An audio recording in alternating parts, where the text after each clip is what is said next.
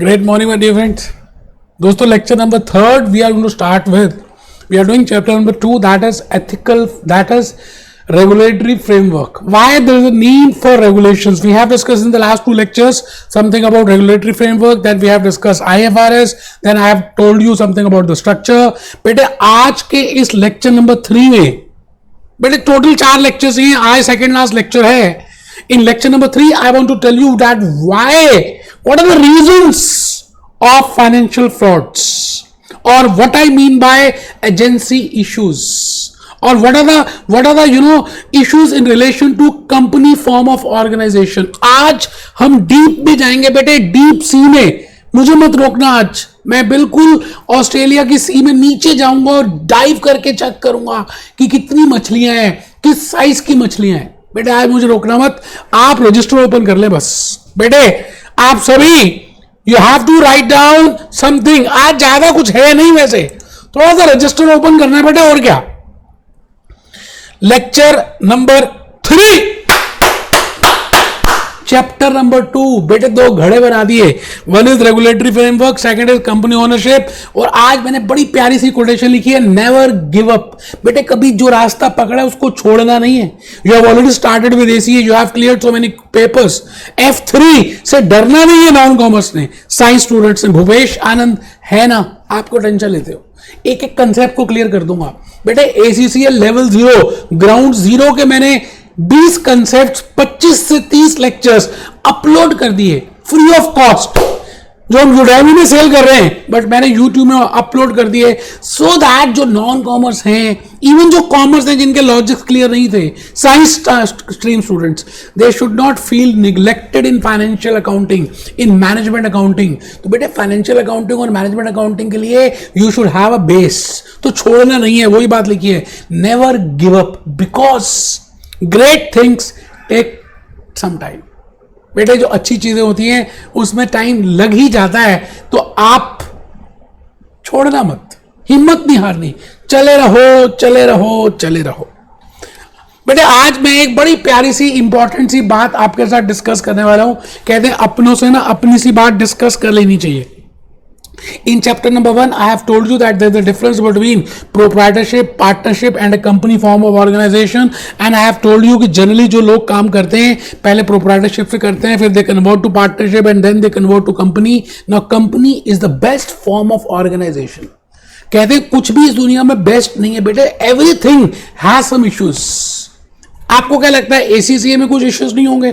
ACCA clear कर लेंगे तो फिर कुछ इश्यूज आएंगे, नहीं करेंगे तब भी इश्यूज. CFA कर लें, CPA कर लें. नाउ द पॉइंट इज, इस दुनिया में बेस्ट कुछ है ही नहीं. तो what are the issues in relation to company, आज हम उसको डिस्कस कर रहे हैं, और फिर उसको रिजॉल्व कैसे करें. नेक्स्ट लेक्चर नंबर 4 में what I mean by corporate governance, what are the need of corporate governance, what are the objectives of corporate governance, वो लेक्चर 4 में करेंगे. आज का पॉइंट, आज का लेक्चर है, मुद्दा क्या है, why there is a requirement of corporate governance, why the reasons, what are the reasons for financial frauds. मैं आज आपको एनरॉन की केस स्टडी बताऊंगा, वर्ल्ड कॉम की केस स्टडी बतानी है बेटे, सत्यम स्कैंडल की केस स्टडी बतानी है. And I will tell you that how these auditors, how these managers, how these chief executive officers, they are manipulating the things, and how they able to do that because of agency issues. तो जल्दी से register open कर लें, कमर सीधी करके बैठना बेटा, बिल्कुल straight, spinal cord बिल्कुल सीधी होनी चाहिए. कंपनी की बात कर रहे हैं, कंपनी को मैंने डिवाइड किया. I have already told you what I mean by company and what are the features of a company. And I know that when I say a company, it means company. जब मैं जैसे ही कहता हूं बेटे, आपके mind में ना बहुत बड़ी सी एक पिक्चर आ जाती है. मैं बोलता हूं कंपनी टाटा मोटर्स, तो आपके माइंड में बहुत बड़ी चीजें आ जाती हैं, Ratan Tata, directors, employees, factory, Reliance. आपने वो देखी गुरु, धीरू भाई अंबानी की एक मूवी आई थी गुरु.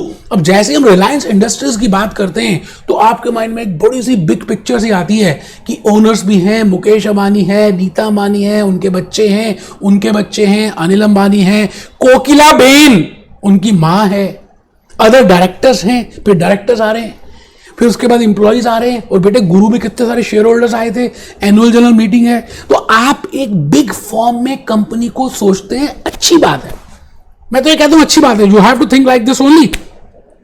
आज का ये जो लेक्चर है ना बेटे, मैं यही बताने वाला हूं that no doubt company is the best form, but there is a difference, you know, company has some features. Company के अपने कुछ फीचर्स हैं। आप पाव भाजी खाते हैं उसके कुछ फीचर्स हैं, सांबर डोसा खाते हैं उसके कुछ फीचर्स हैं, यू ईट नूडल्स उसके कुछ फीचर्स हैं, आप छोले भटूरे खाते हैं उसके कुछ फीचर्स हैं। Similarly company has a feature, company is a separate legal entity. Company has a perpetual succession. Company has shares. You can control the company. आप बेटे कंपनी को तभी कंट्रोल कर सकते हो अगर आपके पास उस कंपनी के शेयर्स हैं. If you are the owner of that shares, common stock. Mukesh Ambani can only control that Reliance industry if Mukesh Ambani along with his family members has a major holding of Reliance. इसका मतलब company एक artificial person है बेटे, उसको control physically नहीं कर सकते. उसको कंट्रोल करने के लिए हमारे पास शेयर्स होने चाहिए. शेयर्स का मतलब है हम उनके कंपनी में, कुछ कंपनी में शेयर होल्डर हो and we have the right to vote. Ordinary resolution में हम राइट कर सकें, हमारे पास मेजर होल्डिंग हो, then only I can become the owner of that company. So there are some features of a company. Now because of these features there's a big gap between owners and management. अब होता क्या, जब इतनी बड़ी company होती है तो बेटा रतन टाटा, नारायण मूर्ति, सुनील भारती, मुकेश अंबानी, बिल गेट्स, ये सभी लोग थोड़ी कंट्रोल करेंगे कंपनी को. They appoint some people, they appoint chief executive officer, they appoint directors, they appoint top level managers, they appoint CFO, they appoint chief technological officer. बेटे ये जो लोग हैं ना, ये कंट्रोल करते हैं कंपनी को. They manage the company. The best word is they manage the company. But no doubt that company is being controlled by the owners because owners have the voting right. अब problem एक आती है कि owners बेटे regularly तो company में आ नहीं सकते और रेगुलरली तो जनरल मीटिंग हो नहीं सकती. एनुअल जनरल मीटिंग भी एक साल में एक ही बार होगी. अब पूरी ट्रांजैक्शंस, पूरे इवेंट्स बेटे कौन मैनेज कर रहा है? ये मैनेजमेंट. बेटे 365 दिन, इसके बाद लैक्स ऑफ ट्रांजैक्शंस. अब अगर ये मैनेजमेंट ये जो मैनेजमेंट की बात की, डायरेक्टर्स की बात की, मैंने मैनेजर्स टॉप लेवल की बात की, मैंने क्रीम एम्प्लॉइज की बात की, I have talked of CFO, I have talked of CEO, CTO. ये जो लोग हैं ना, ये कई बार मैनिपुलेशंस करते. आई रिपीट बेटा, यहीं पर प्रॉब्लम आ रही है because owners directly can not come directly to their company. वो डे टू डे ऑपरेशंस में they can not operate day to day operations, they are just the owners. So there is a gap between the owners and the persons who are managing that company. तो बेटे यही बात लिखिए, आप अपना register open कर लें और लिखें कंपनी. मैंने कंपनी के दो पार्ट्स कर दिए बेटे, ownership and control. Ownership and control. मैं भूपेश आनंद आज आपको बड़ी प्यारी सी PPTs दिखाने वाला हूं. आप टेंशन क्यों लेते हैं बेटे? मैंने देखिए ऑलरेडी आपके लिए एक बड़ा प्यारा सा कंपनी ओनरशिप एंड कंट्रोल के ऊपर कुछ लिखा है और फिर मैंने यहां पे लिखा है एजेंसी इश्यूज. अभी डिस्कस करेंगे ना. अब एक बच्चा कहता है PPT तो है ही, क्या नोट करना है? बेटे वो जो मैंने लिखा है ना, दैट इज डिफरेंट. वो बड़ा डे टू डे लैंग्वेज में लिखा है, ऑर्डिनरी लैंग्वेज में जल्दी समझ आएगा, लिखना चाहिए. ये तो जस्ट मैं आपको बता रहा हूं. PPT भी बाहर निकाल के रख लीजिए, अभी हम PPT में डिस्कस करेंगे. I am on to concept number 5, that is company ownership and control. It means there is a difference between the control and the ownership. Owners are different, control is being by management. So there is a gap. So because of that gap, some issues crop up. Now what are those issues? Firstly we will discuss that. वो हैं क्या, क्यों होते हैं और उनको manage कैसे करें, वो लेक्चर नंबर 4 में हम कॉर्पोरेट गवर्नेंस में आएंगे. लेकिन आप इस समय लिख रहे हैं, आप मेरे ही तो हैं इसलिए तो लिख रहे हैं बेटा. मैंने कहा आप सबसे पहले ऊपर लिखिए कंपनी ओनरशिप एंड कंट्रोल. वैसे मैंने यहां लिखा भी है बेटे, देखो company ownership and control, I have written that. तो चैप्टर का नाम है कंपनी ओनरशिप एंड कंट्रोल. तो मैं आ गया जी कंपनी में. कंपनी के मैंने 2 ब्रांचेस बना दी. एक में मैंने लिख दिया कंपनी, एक में लिख दिया ओनरशिप, दूसरे में लिख दिया कंट्रोल. ओनरशिप के नीचे देखें तो मैंने लिखा नारायण मूर्ति, बिल गेट्स, सुनील मित्तल, मुकेश अंबानी. बेटे भूपेश आनंद ही रियल केस स्टडीज देकर आपको रियलिटी में कंसेप्ट्स के लॉजिक्स बता रहा है.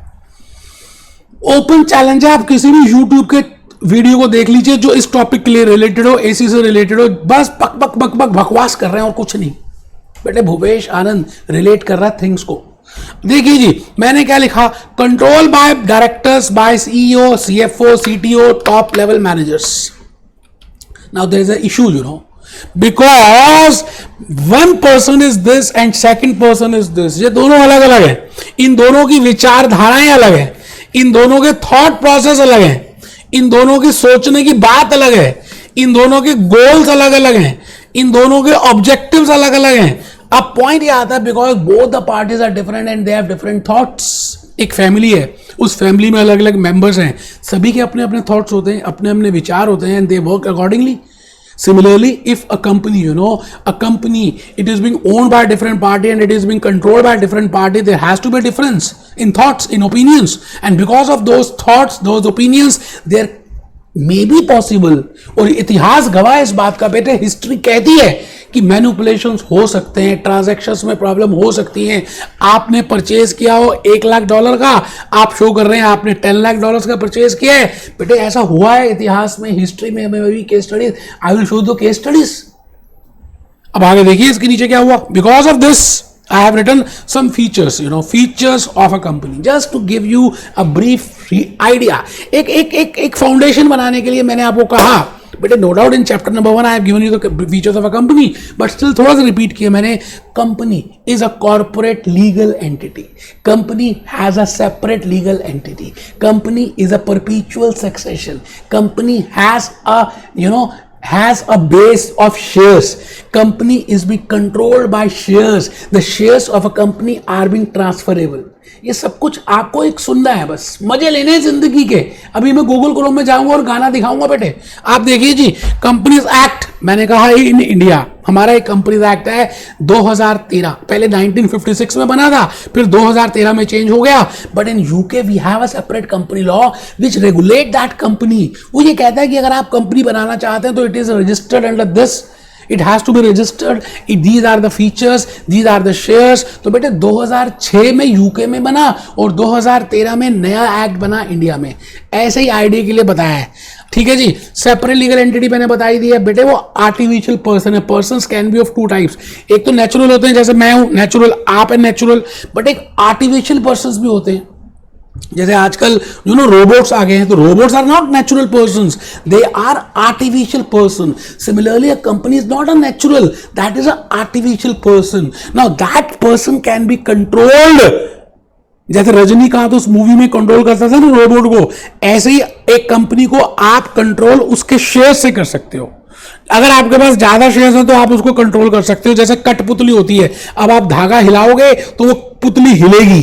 Similarly, like Mukesh Ambani wants to control Reliance Industries, so in that case Mukesh Ambani must have major shareholding in Reliance।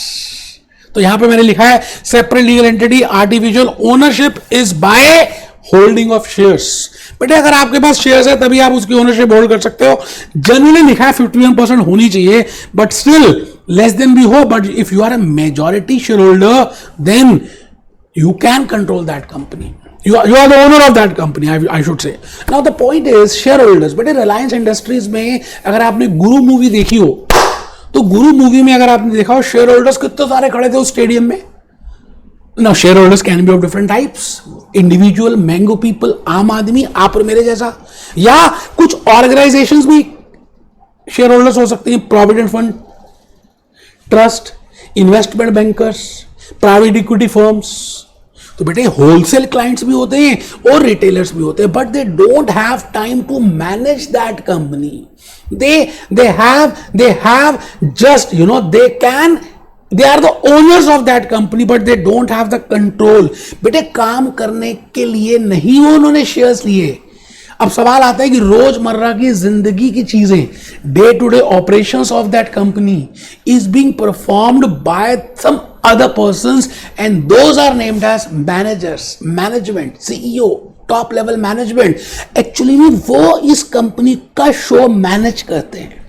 अब जो शो मैनेज करता है, जो डायरेक्टर होता है, बेटे एक प्रोड्यूसर होता है मूवी का और एक डायरेक्टर होता है।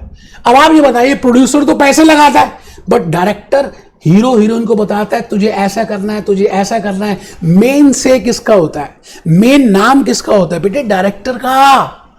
Because directors are the managers of that movie, producers are just the owners. बेटे प्रोड्यूसर का ज्यादा से नहीं है। Now there is a difference between producer and director, बीच में गैप आ जाता है, इंफॉर्मेशन ज्यादा डायरेक्टर को पता होती है। Now this director can manipulate the things. So similarly here in any company form, these shareholders are different persons and the managers are different persons and these managers have different objectives. बेटे ये table बनाना most important है। फिर मैं आपको PPT slide दिखाऊंगा। मैंने यहां पे लिखा कि प्रोड्यूसर का ऑब्जेक्टिव कुछ और है, डायरेक्टर का कुछ और है, ओनर्स का कुछ और है, मैनेजमेंट का कुछ और है। Now what is a role और what is the main objective of those owners. बेटे ओनर अगर आप किसी कंपनी के हैं तो आप you will not believe in short run profits, आप हमेशा लॉन्ग रन में जाएंगे, आप लॉन्ग टर्म ग्रोथ सोचेंगे, आप डाइवर्सिफाई करेंगे। You don't want to put all eggs in one basket. Even beginning में प्रॉफिट्स नहीं भी होंगे, you will be thinking of long time horizon. बोलो ऐसा ही तो होगा। आप सोचिए, विजुलाइज कीजिए कि आप किसी कंपनी के ओनर हैं और अगर आप उस किसी कंपनी के ओनर हैं, मुकेश अंबानी, आप बताइए रिलायंस जियो में उन्होंने डाइवर्सिफाई किया। ऐसा थोड़ी कि पहले रिलायंस इंडस्ट्री प्रॉफिटेबल नहीं थी, but because vision is different, thought process is different, owners का अलग थॉट प्रोसेस है। अब मैंने यहां मैनेजमेंट में आ गया तो पहले बेटे ओनर्स में लिख लीजिए, अपना पेज 2 पार्ट्स में डिवाइड कर दीजिए। मैं थप्पड़ मारूंगा अगर आप नहीं लिखेंगे और आप बैठ के नहीं पढ़ेंगे तो। Please divide your page in 2 parts. Owners को लिखिए long run thought process, long vision, they believe in the growth, in the value, market capitalization, market price, long term growth. They see the long term vision. They're not interested in short term profits. They're not interested in short run, Believe in diversification. मैंने example दिया Hindustan liver का। अब आपको पता है Hindustan liver क्या बनाती है, day to day needs product बनाती है। But the management of Hindustan Lever वो क्या सोचेगी कि भाई हमें डाइवर्सिफाई कर लेना चाहिए, वी शुड ऑल्सो डाइवर्सिफाई, हमें होटल इंडस्ट्री में एंटर करना चाहिए, गारमेंट्स में एंटर करना चाहिए, टेलीकम्युनिकेशन में एंटर करना चाहिए। But the management of Hindustan Lever will not believe in that diversification. बेटे हर कोई अपने कंफर्ट लेवल में रहना चाहता है। आप ये बताइए, अगर आपको रेगुलरली पैसे मिल जाएं तो क्या आप एसीसी की मेहनत करेंगे? बेटे there is a basic feature of all human beings that they want to live in comfort level. They want to ensure their future. They are not interested in long term. तो बेटे अब आप देखिए management के लिए features क्या है, short run growth in profits, because profit से उनका बोनस, प्रॉफिट से उनका सैलरी, प्रॉफिट से उनका परफॉर्मेंस, प्रॉफिट से उनका इंसेंटिव रिलेट करता है। तो दोनों के थॉट प्रोसेस अलग है। अर्जुन का अलग था, कर्ण का अलग था, दोनों धनुष चलाते थे, but both have different objectives. So owners have different objective and management have different objective. उनका लॉन्ग रन है, इसका शॉर्ट रन है, इनका ग्रोथ इन वैल्यू है, इनका ग्रोथ इन प्रॉफिट्स है, इनका बिलीव इन डाइवर्सिफिकेशन है, they dislike diversification because they want to live in comfort level. Now, the point is, they are not informed. Owners are not informed regularly. बेटे उनकी annual general meeting होती है, but management is more informed क्योंकि they are dealing with day-to-day activities. आप मेरी बात समझ रहे हैं? तो अब होगा क्या? Because they are more informed, they have more control over the transactions. They can manipulate the transactions. They can manipulate the profits. और ऐसा ही हुआ। एनरॉन की बात करें तो आइए जरा देख लेते हैं एनरॉन का क्या रीजन रहा फ्रॉड का। बेटे एक बार देखते हैं, मैंने आपके लिए स्लाइड निकाल के रखी है, Enron's reported revenue versus similarly this and what are the reasons for that. देखिए मैंने लिखा है, ये गूगल कह रहा है, मैं नहीं कह रहा। Causes for Enron scandal, dubious accounting practices. इसका मतलब उन्होंने गलत अकाउंटिंग प्रैक्टिसेस शो की, because they have the management, they that Enron's misleading accounts, account से मिसलीड करते थे बेटा, था कुछ और दिखाया कुछ और। ठीक है जी। Mark to market accounting, special purpose entities, financial auditors गलत थे। It means because of this there इतनी बड़ी ऑर्गेनाइजेशन आज खत्म हो गई और इसके चीफ एग्जीक्यूटिव ऑफिसर को काला पानी दे दिया। बेटा ये चेहरा है इसका। It means it is because of agency issue, जो आज मैं इशू डिस्कस कर रहा हूं।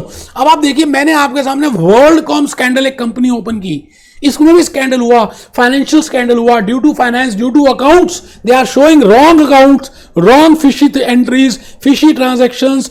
All that glitter is not gold. जो सब चमकता है बेटे वो सोना नहीं होता। और दुख की बात है कि हम जल्दी से उस पर अट्रैक्ट हो जाते हैं। कांच के सारे टुकड़े बेटा हीरे थोड़ी होते हैं। अब आप देखिए वर्ल्डकॉम स्कैंडल में क्या रीजंस रही बेटे, वैलिड, ये देखिए मैनेजमेंट ने क्या किया, क्या प्रॉब्लम्स थी, पूरा गूगल बता रहा है that what happened in WorldCom, why, what are the reasons of financial fraud of WorldCom. बेटे उसके बाद फिर मैंने एक इंडियन कंपनी आपके लिए निकाली, Satyam computers case study. Again accounts, again auditors, Price Water Cooper House was the auditor. Problem ये आ रही है कि आजकल ऑडिटर्स भी गलत ऑडिट कर देते हैं। तो इन सभी के लिए हमने क्या करना है, लेक्चर नंबर 4 में पढ़ना है कॉर्पोरेट गवर्नेंस। आज का ये जो लेक्चर है ना, it was just an issue that what is the problem in, क्या प्रॉब्लम है, किसमें बेटे, एजेंसी इशू में, कंपनी फॉर्म में क्या प्रॉब्लम है, वी आर डिस्कसिंग दैट। आप मेरी बात समझ रहे हैं? ये देखिए जी, भरा पड़ा है बेटे Google, reasons for fraud, creative accounting policies, सब कुछ। ये देखिए, फॉल फ्रॉम ग्रेस, कहां से कहां चली गई ये company. It was only due to wrong accounting policies, because of agency issues. Owners are different, management is different, and they can manipulate the things. Hence, इसलिए मैं आपसे ये कहता हूं, इस प्रॉब्लम का नाम है एजेंसी प्रॉब्लम। तो बेटा इसको कैसे रिजॉल्व करेंगे, मैं उसी को तो बताने जा रहा हूं। आइए थोड़ा सा देखें। आई थिंक आपने यहां तक लिख लिया है। अब ये केस स्टडीज भी देख ली बेटे, वर्ल्डकॉम की देख ली, सत्यम कंप्यूटर्स की देख ली, एनरॉन की देख ली। एटलीस्ट आपको केस स्टडीज नहीं आएंगे, but you are aware that what happened in Enron. थोड़ा सा डिटेल में जाके विकिपीडिया में देखें। अब the point is, because all these transactions, because of agency issues, they can minimize the expenses and they can increase the income. अब होगा क्या, जब एक्सपेंसेस कम होंगे और इनकम ज्यादा होगी, तो ultimately this profit will increase. ये जो प्रॉफिट है वो इंक्रीज हो जाएगा बेटे। सेल्स नेक्स्ट ईयर की इस ईयर शो कर देते हैं, इस बार के एक्सपेंसेस नेक्स्ट ईयर में शो कर देंगे। There are so many policies, अभी हम बताएंगे malfunctioning next chapter number 3 में, that how it can be possible that I can manipulate the profits. अभी मेरा इशू वो नहीं है, but the point is I want to just tell you that these profits are being manipulated. Balance sheet manipulate हो रही थी, assets manipulate हो रहे थे। सो इन सभी के लिए we will discuss a new concept named as corporate governance. So today, आज के इस लेक्चर में मैंने आपको एजेंसी इशू के बारे में बताया, and I have just told you what is the difference between corporate control and ownership. Hope आपको अच्छा लगा बेटे। मैंने पूरी ये स्लाइड्स रिलेशनशिप आप ही के लिए किया कि आपको ज्यादा समझ आए, और क्या बेटा। होप आप इंजॉय कर रहे हैं। प्लीज कमेंट लिखें अगर आप इंजॉय कर रहे हैं। Be happy, B jolly, B cheerful.